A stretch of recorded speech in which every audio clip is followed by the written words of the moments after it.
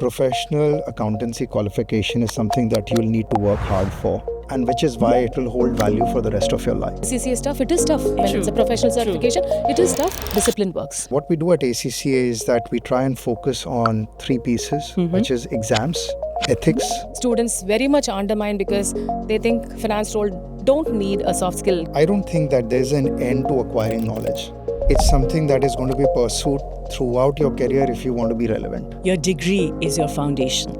Your designation is your acceleration. And last but certainly not the least, your skills are your real currency.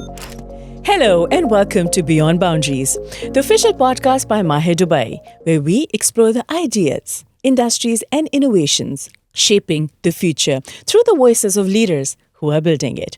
I'm your host, Sophia Anjum, and today's episode is a powerful one because it sits right at the intersection of education, employability, and the evolving global world of finance. Our theme today is From Degree to Designation, Shaping UAE's Future-Ready Finance Talent. Right, so first up, we are honored to have Mr. Kush Ahuja, head of Eurasia Middle East at ACCA, one of the world's most respected professional accounting bodies.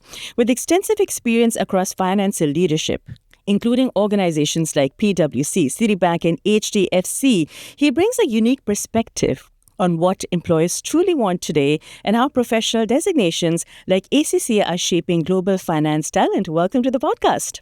Thank you. Thank you, Sophie. How are you today, sir? I'm very well. Excited to be here. Joining here, we're happy to have with us Dr. Sunita Prabhuram, and she is the chairperson at the Manipal School of Commerce and Management, MAHE Dubai. So she has played a key role in shaping academic pathways that align with real market expectations, and her work reflects a strong commitment to career readiness, excellence in education, and industry relevance. Welcome.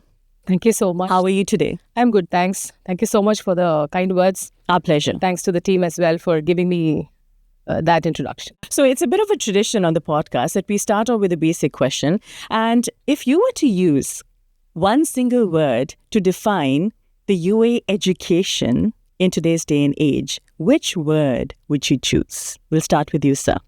I think the one word would be innovation. Okay. The way that the UAE is looking at its education system right from the beginning to the end, whether the use of technology, Yes. fostering entrepreneurship, and looking at a knowledge-driven way to drive the economy, Yeah. I think that's really innovative.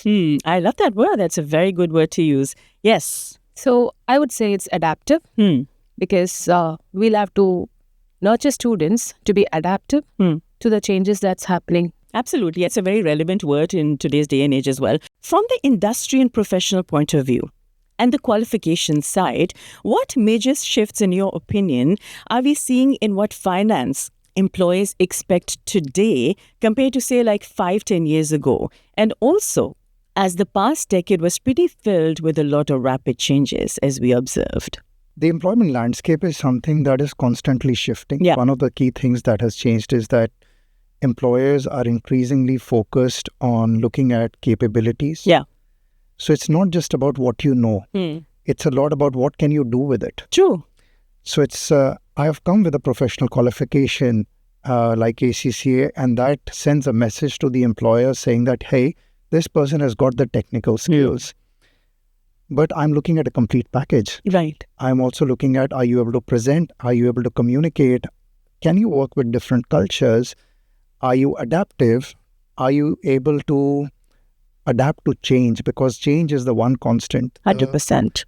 The very question that you've asked shows how change has become far more rapid. Yes. In the last 5 years, the way that the workplaces have changed versus what changes happened in 10 years before. So true. So true. And in the next 3 years, it's going to be even more.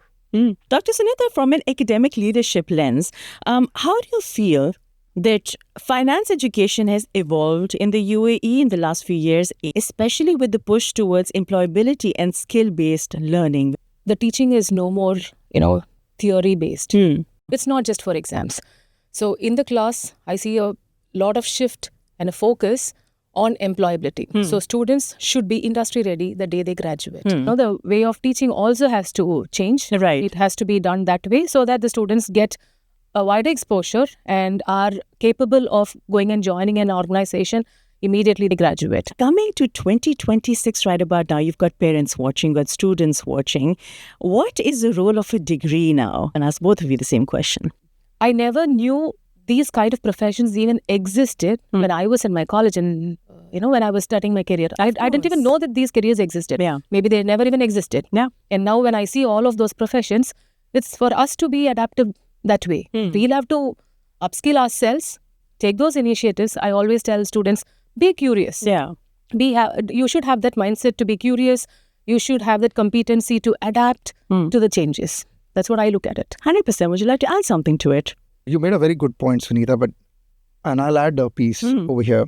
You talked about grades. Yes. And I think that the focus on grades isn't as necessary as is the focus on understanding. I could be mugging up stuff and get excellent grades, but then I can't perform the same in the examination had the examination been just 2 days late. Of course. But if I've understood the concept and I'm able to apply that, now it is with me for life. Yes.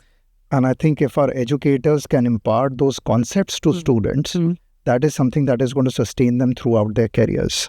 And similarly, from a student perspective, the focus on understanding rather than just marks is going to be equally important, because the one thing that we don't know is what we are going to be doing 5 years later. Yes.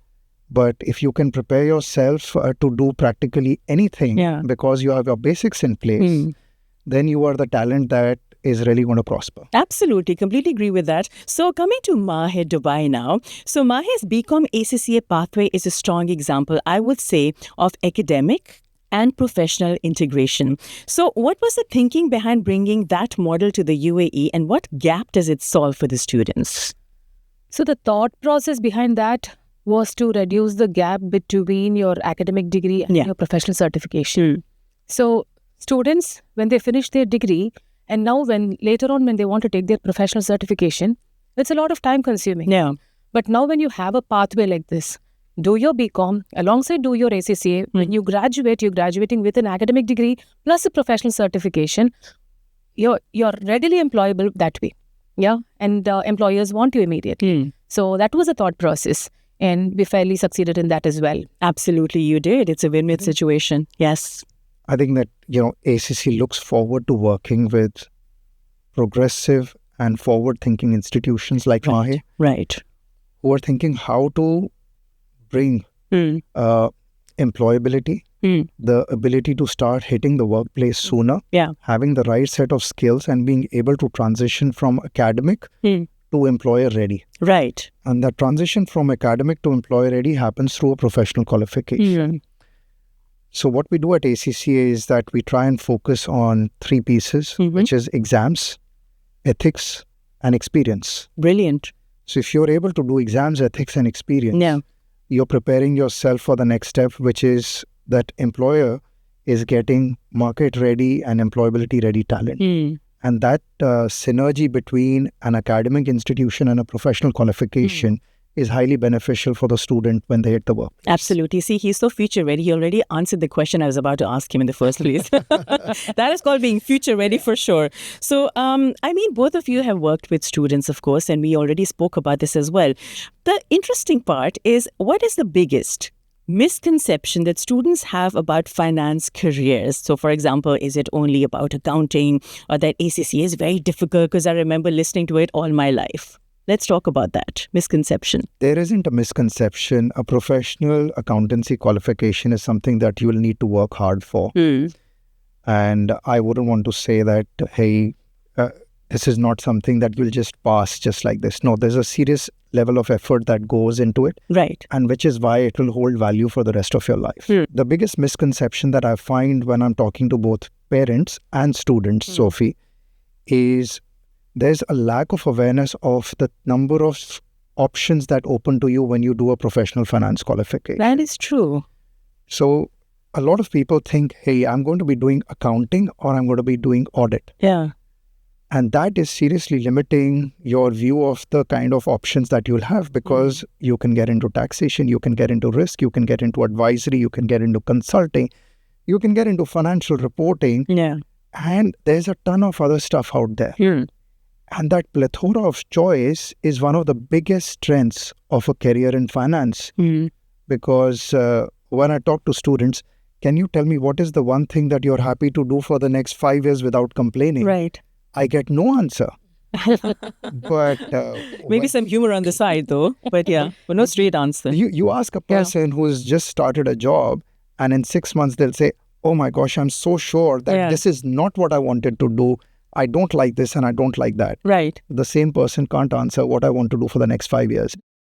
Now imagine a qualification in which you can do all of these different roles. Yeah. And these are multi-industry. You can work in any geography.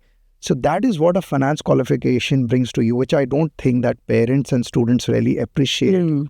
The wide door that it really opens for them of the kind of careers you can have. Absolutely. But I'm sure a lot of parents do appreciate the kind of hard work that all of you have put in, for sure. I just wanted to endorse that. So now I want to talk about being future ready and involve finance into it. So a finance ready graduate. Let's talk about the ideal finance-ready graduate. So, for example, because I did my master's in mass communication, so for me, I knew that communication was key. So I was interested in TV, in the radio, in PR. I did my courses. I watched all the documentaries. I did the courses according to my degree. So how does the ideal finance-ready graduate look like? So there is no one shoe fitting all. When you look at roles, finance students getting ready for a job, there are different roles. Kush was telling about the different roles that is there. Yeah. So students should be ready for all of these roles, which they think they're good to go with. So when I talk about a finance-ready graduate, the student should be ready with all the aspects in terms of his knowledge, right, his skill sets. When I say skill sets, including soft skills, which is very, very important, which students very much undermine because they think finance role don't need a soft skill. That is a misconception there. That's a misconception, yes. Because they think it's all dealing with numbers and books. No, it's not. So a soft skill requirement is there. The technological skills that is required for a student. And then ethics, very important, and the professional judgment. True. So all of these look like a perfect finance graduate. Okay, sounds like a plan for sure. Would you like to add something to it? You know, when I look at it from a student perspective and not just a graduate perspective, we all have different attributes and so many potentials. Correct. Right. So practically every student that I can think of is a multi-potential. I've been in mass comm, but I'm sure you've got so many other potentials, but this is the one that you chose to dial up. True. So a finance graduate dials up their quotient which exists, let's say, within finance, accounting, and all of those pieces. Right. That's something that the world comes to expect because that is what you call yourself. But as a package, one of the things that you have to be, in my view, is technology ready. The second thing is you have to be willing to adapt to change. That's very important. One of the things that employees come back and say, hey, does this person know this software package or that software package? The ability to know one software package is not as important as the ability to learn multiple ones that will come your way during your career. Right. So can I adapt from this one to the next? Or can I say, no, I'm so comfortable here that I can't move out of my comfort zone? I think complacency kills it. Yeah, absolutely. So these are some of the attributes that I would say that a student should look at developing. Right. Develop your technology quotient. Develop your interpersonal skills. What your academic and professional qualification are setting you up to do is the technical skills, your capabilities. But these are some things that you'll need to work on. Yes. To develop. And then I think that an interview should be plain sailing after that. Spoken like a true mentor. 100% endorse that for sure. So now I'd like to talk a bit about MAHE Dubai. In fact, I'd like to talk a lot about MAHE Dubai, but here in particular, how is MAHE Dubai ensuring that students don't just learn theory, but also build confidence, workplace readiness, and exposure, which is very important? So what we do in classes, be it BCom or any other programs for that matter, when we teach the knowledge for sure. That's a base of everything. So you need to teach the knowledge. Yes. But then alongside these professional certifications help. So that's a global recognition for students. That's an added advantage. Apart from this, there are a lot of other things. Like say, for example, classes taught using simulations. Yeah, there's nothing like a on-hand company that you have, and then you run the company in the class. Yeah. So simulations help you that way. Case studies help you that way. And then we ask students to organize events. Yeah. So they come up and they do a lot of events, which actually teaches them so much like leadership and conflict ownership of management. it. Yeah. Of So course. organizing skills come in, your communication skills work up that way. So all of this make the student a better student. You know, I'll tell you a story. I just want to plug in my story here. When I was a student in school, I remember that I was missing 1 mark. And that 1 mark had to make a lot of difference. So I went up to my teacher and I said that, can't you just give me like 1 grace mark for this? It's very important for me. You know what she said? She said, I can give it to you, but I won't because you have to earn it. So always remember, whatever you do in life, you can't expect favors. You have to earn it. So now, another thing that I was thinking about is that career-wise, students often ask that, should I start working first? Or complete my designation first? So what is the smarter path in 2026 and beyond for both of you? Sunita, would you like to go ahead? I will. So knowledge first. Yeah. Take your degree first. Alongside, take some internships, part-time internships that will help you because that will help the student get better in an organization. Yeah. You have the knowledge and then you have some experience which will make you a better employable person there in the company. True. So knowledge first, degree first. Absolutely. I don't think that there's an end to acquiring knowledge. It's something that is going to be pursued throughout your career if you want to be relevant. Yes. And designations will come and you will grow and then so on. Some changes will happen. Yeah. But you'll acquire that basic level. Yes. But beyond that, you can't say that my journey has stopped. So you have to be on the constant pursuit of knowledge. No. So it's not one or the other. Both of them are going to flow and sync. But don't think that, hey, this is, since we're sharing stories, so I'm sharing my story. Of course, we'd love to hear. That when I finished my chartered accountancy, I was at the top of the world. And I said that, fantastic, I'm a chartered accountant, I've arrived. And then for the next 3 months, I was hunting for a job and it was so difficult to find a job. Yeah. I said, what? I finished my CA and I don't have a job? Yeah. And then I did get my job with one of the big 4 and I started working. And within the first 3 months, it was a humbling experience because you realize that there's so much that I don't know. Yes. So you can't stop learning. Don't get that complacency that because I've finished my graduation, I've finished my professional qualification, this is the end of my learning journey. Absolutely. So at ACCA, what we have done is that we say that you are now on the lifelong path to learning because we want all of our members to focus on continuous professional development. Right. And we hold them accountable for it for the rest of their life. They say that you should be a student all your life. Absolutely. I love that. That's a very good theory. I'm going to sign you up for president very soon, okay? I'm going to sign a petition soon for this. Mentorship here begin. So I'll come to you now for this story because I want to know, as a student, A, what kind of a student were you? And B, after you graduated, did you feel like, you're going to rule the world, you're going to make a difference? I want to know the entire story. I was a first bencher. A nerd maybe, always into studies, university topper kinds. And I was into all of those extracurricular activities also, into music, into dance, into sports, all of that. An all-rounder, I would say. Kind of, yes. But then had to pause everything because of my marriage because I got married very young. But what did not stop was what Kush said, my studies. Yes. So I finished my undergraduation after marriage, my BCom, my MCom. My MPhil, my PhD, everything was after marriage and I finished all of that continuously. Fantastic. Handling my family life together. After some time, I had some 10 to 12 years of experience in India and then I come to UAE. And when I go to class, there's my first batch of BCom sitting with a tax paper and I'm so used to Indian tax and the syllabus is UK tax. There's no point in going and teaching them what I know. Yeah. I should teach them what they should know. Yeah. Start ACCA. So I had to start my professional certification there. I started with ACCA. The first paper that I wrote was tax. Okay. And my students were also writing it along with me. Right. God's grace, I passed. Yeah. Yeah, because you cannot go and tell the students you failed because that's something that, students will say, yeah, you also failed, so I can also fail. I don't want to be a bad example there. I wanted to be a good example. Yeah. God's grace, I passed. It was, so we were talking about some misconceptions and all that. Right. ACCA stuff, it is tough. It is. It's a professional level, I mean, it's a professional certification. It is tough. Discipline works. So completed all my papers. One or two I failed once and twice. And you were talking about 49 and you wanted 1 mark. You were talking about that 1 mark. Yes. I failed with 49 where I wanted 1 mark. Right. Yeah. So I was literally crying. Yeah. I was like, why can't they give me 1 mark? Yeah. But they should not give. You have to earn it. Yes. And I earned it.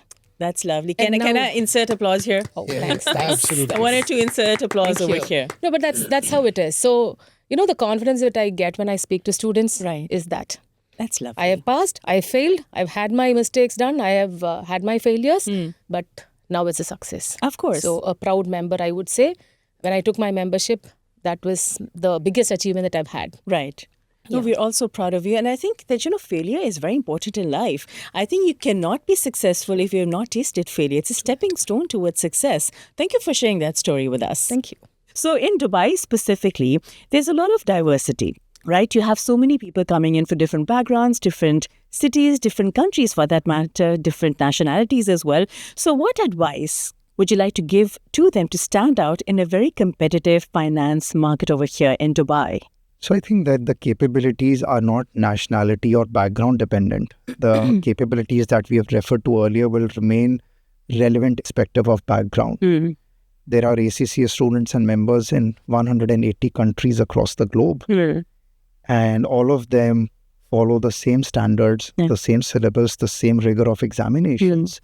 And that is why there is that consistency in experience of the employers who look at ACCA talent. Yeah. Having all of these people here in UAE is such a fantastic advantage. Yeah. You would have had to work across 5 or 6 different geographies to gather the experience Yes. that you can get while working in UAE because you're in a multicultural, True. diverse environment. Yes. If I was working in many other geographies, I wouldn't have such diversity to work with. So you're really setting yourself up to be an adaptable resource no matter where in the world you work. after Correct. this. Yes. I agree with that. Would you like to add something to it? So, adding to the same point, we have students from different nationalities. So we treat everybody the same and we tell the same to the students. To every student, it's the same. Yeah. Be curious, learn everything, adaptive, make mistakes, and then everything, the world is yours. Absolutely. And I think there's so much to learn from students. I think that students can teach their teachers and their professors so much as well, because every single day you get to learn so much from the students. And I'm sure you have learned so much from the students yourselves. Oh, 100%, Sophie. I think that it's a privilege of my role to be interacting with the younger generation day in, day out. Yes. Because it brings such a fresh perspective. One, I think it keeps us younger. Yeah. They have a very different view. They're far more secure in their choices. They're happier to take risks. They are looking at work-life balance. Yeah. They're looking at things like meaningful work. Sustainability means a lot to them. The purpose of what they're doing means Mental health. mental health. So all of these things were things that I never thought of when I started my job. All that I was looking for was, hey, I've got a good brand. I'm really going to work very hard and make success for myself. Yeah. Youngsters today are making choices that we learn from, that they're not just looking at, let's say, vertically moving up that, hey, I want to be manager and then assistant manager and then senior manager and then director, so on One and so tier, forth. no. They're looking at making horizontal shifts. And this is something, we have a lot of research at ACCA on our professional insights, wherein we talk to people about these things globally. Yeah. And they come back with similar insights. It's not just about how you move vertically, but also how you move horizontally. You can be a specialist today instead of just looking at designations. Absolutely. I would 100% endorse that as well. So, sir, I'd like to ask that how does a pathway like BCom ACCA align with the UAE's wider talent vision, especially around building a future workforce that supports economic growth and global competitiveness? So I look at it from both perspectives. One is of people who consume the talent, Right. which is the economy and employers, and also from the talent perspective as to what are they looking for in their careers. So you're looking at making good money, which Of course. right? Yes. You're also looking at respect and relevance. Correct. You want to be heard. You want your opinion to matter. So When I look at the piece around talent, there are those who are consumers of talent, which is the economies and the employers. Of course. And then there is the talent itself. What does the talent look for? The talent is looking for the fact that I want to make good money. Of course. Right? I want good growth in my career. Yes. And I want my opinion to be heard. It would be a miserable place if I went to my job and nobody was interested in what I had to say. Yes. Now, this is what a combination of an academic and a good professional qualification gives you. It also gives you global mobility. Right. Right. The chance to be relevant not just in one country, but in many countries. And I go back to the first thing that we started with was, what is the UAE's vision? Yes. Education is innovative over here. Yes. Right? So they're looking at the best talent. They're looking at innovators. They're looking at creativity. They're looking at fostering entrepreneurs. Correct. And entrepreneurs needs finance. Yes, of course. Right? Well, we all do. Yeah. Who doesn't? Whether it be any kind of company, a finance person is got to be necessary. Correct. Now, it's a very easy statistic to say that ACCA has got members in 180 countries. Yes. But I think the relevance of that is that it is relevant in 180 countries, which is why those people are finding employment. And that's what they also bring to the UAE, Right. is the ability to be mobile, the ability to understand global context, and which is why they are in demand. Fantastic. I love that. And also, I felt that the way that you were describing everything, I think as an individual in the professional sphere, I think to be valued is integral. And I think it all comes down to that. Yeah, 100%. It would be a sorry state of affairs if I sent my CV after doing a great qualification and then people ask, hey, I don't understand what you have done. Can you explain this to me? Exactly. That is so true. Yeah, that sometimes it boils my blood. And sometimes I make peace with it. Zen, Sophie Zen. Okay, yeah. Try to relax yourselves, but I can definitely relate to that. Well, thank you so very much. It was such a pleasure.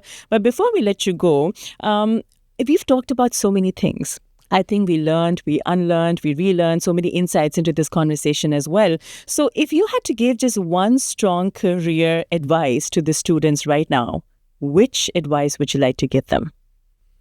Just one strong professional career advice.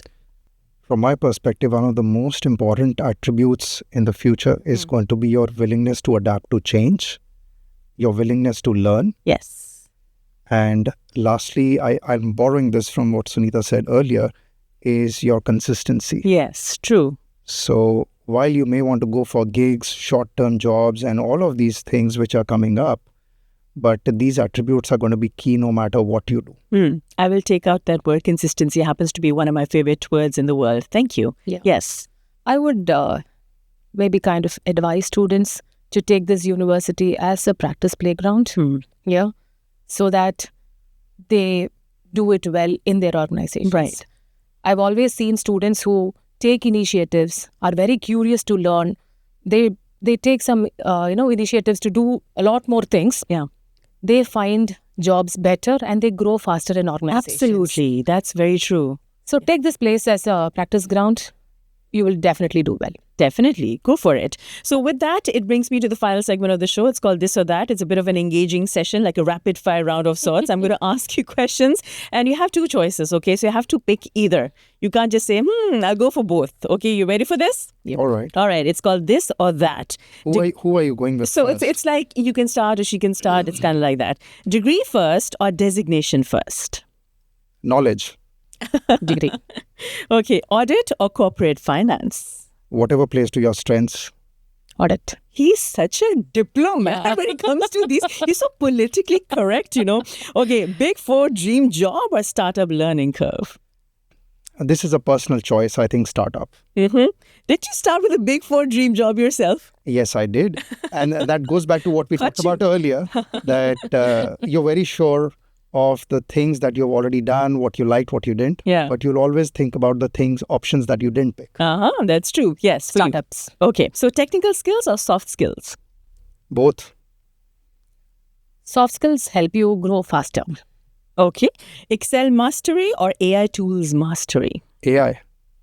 Excel mastery, which is a basic. Oh my gosh. Okay. Internships or part-time work experience?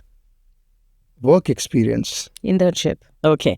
Finance specialist or finance generalist? ACCA. This I kind of knew what he was going to say. Generalist first. Okay. ESG and sustainability focus or traditional accounting focus? Both. ESG. Okay.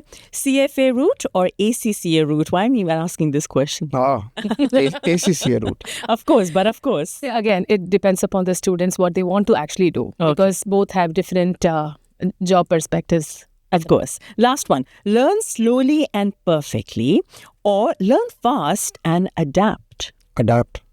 Learn fast and adapt. All right. Well, thank you so very much. It was such a pleasure. Thank you for joining us and keep on doing the great work. Thank you, Sophie. Pleasure. Today's episode was a reminder that the future belongs to those who don't just study for a degree, but build for a career. I would say that in a city like Dubai, where opportunity is global and growth is rapid, that combination of academic grounding and professional designation and future-ready skills can truly become a game changer. If you're a student listening and watching this right now, remember very important things. Your degree is your foundation. Your designation is your acceleration. And last but certainly not the least, your skills are your real currency.